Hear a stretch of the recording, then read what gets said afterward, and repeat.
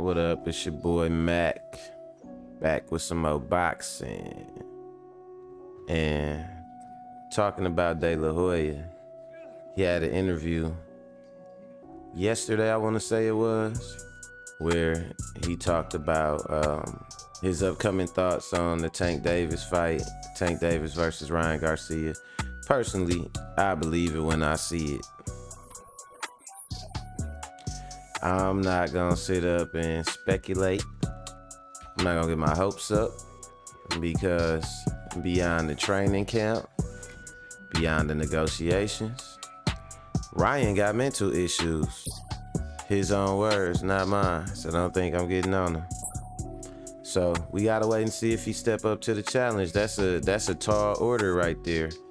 He hasn't fought anybody of that caliber, and I don't think his promoter, De La Hoya, wanted him to fight. I don't think he wanted him to fight Tank, So one of them type of situations where it's a wait and see type of thing. You don't want to anticipate too much going on. I bet with Tank, he probably don't even want to promote the fight too hard because he don't want to scare Ryan off.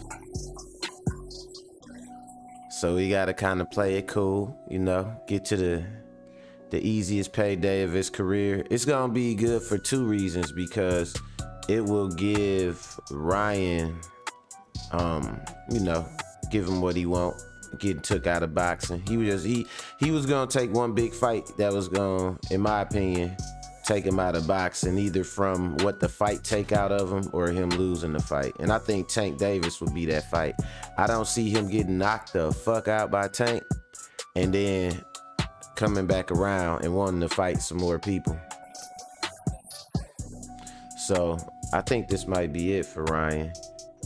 Every fighter got what I call a black fight, and that's the hardest black fighter that they need to fight. And it's kind of like with Pacquiao and Mayweather. You talk about your black fight while you fight other people. For Teofimo, his black fight was Devin Haney.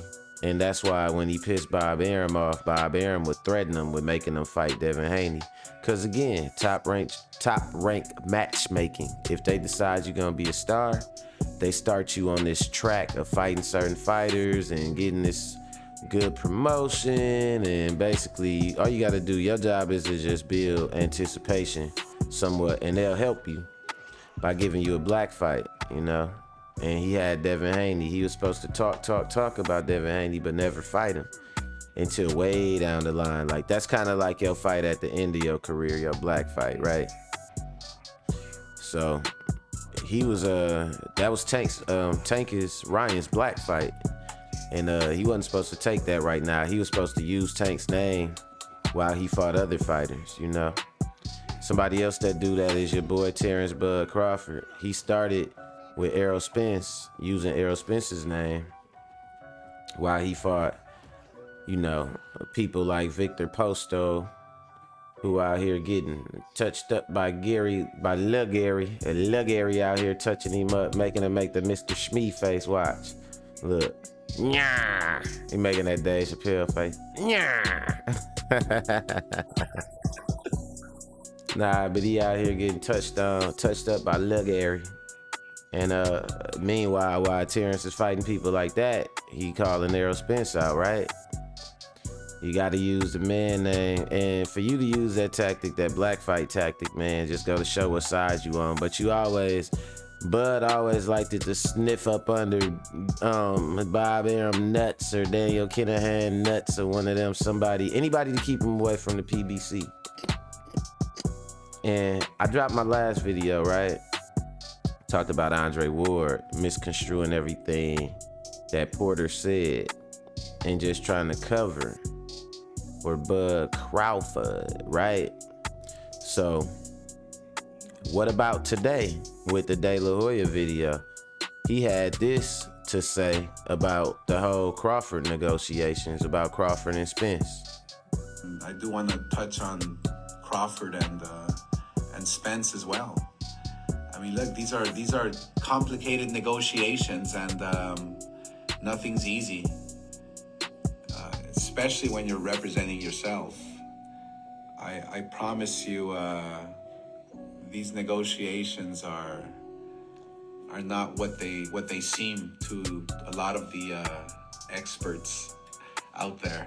You know, I think a lot of people think they're all experts, but it's not easy. But anyway.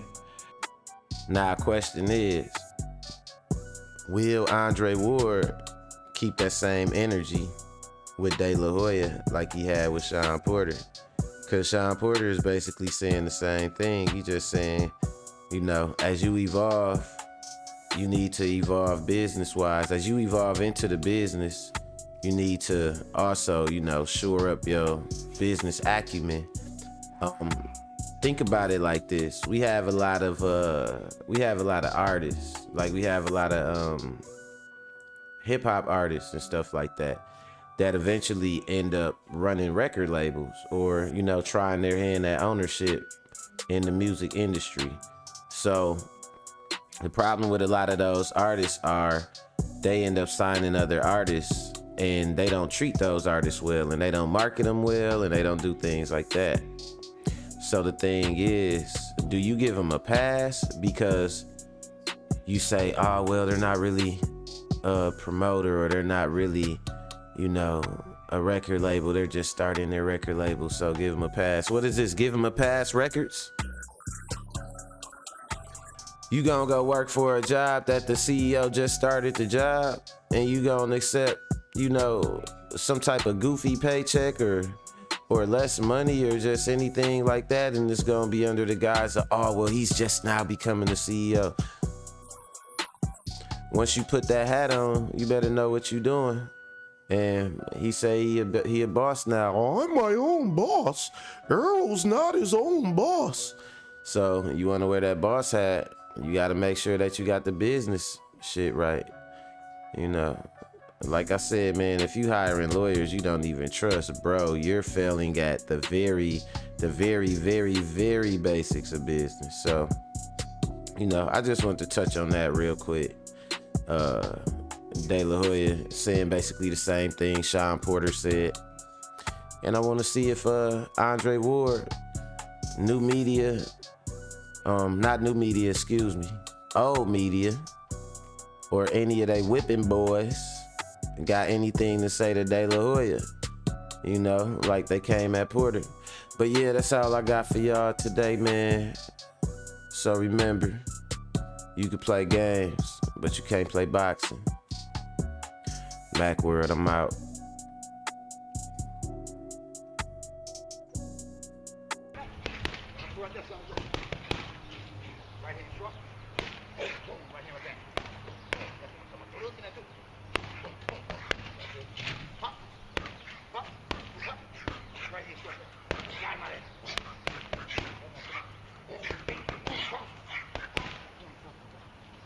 Right hand on top.